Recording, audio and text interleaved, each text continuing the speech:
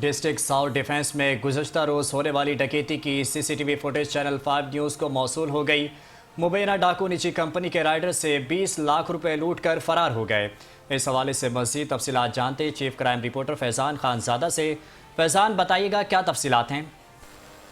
जी देखिए, बिल्कुल कराची भर में वारदात का सिलसिला थम न सका, जबकि डिस्ट्रिक्ट साउथ की बात करें तो डिफेंस फेज 2 में डकैती की वारदात देखने में आई है। गुज़िश्ता रोज होने वाली डकैती की सीसीटीवी फुटेज चैनल 5 को मौसूल हो गई थी।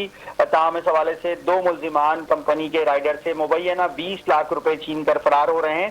सीसीटीवी फुटेज में वाज़े तौर पर देखा जा सकता है कि शहरी ने मीजान बैंक सदर से पैसे निकलवाए थे, जबकि पुलिस जराये का यह कहना है कि राइडर फोन सुनने के लिए एक जगह रुका तो मुल्जिमान पीछा करते हुए आ रहे थे। इसी हवाले से सीसीटीवी फुटेज में देखा जा सकता है कि शहरी से रकम भी लूटी है, जबकि फुटेज में लूट मार वाज़े तौर पर देखी जा सकती है। जबकि पुलिस का यह कहना है कि सीसीटीवी की मदद से मुल्जिमान को गिरफ्तार करने की कोशिश कर रहे हैं। वारदात में मुलविस मुल्जिमान की निशानदही भी कर ली गई है। जल्द मुल्जिमान को गिरफ्तार कर लिया जाएगा।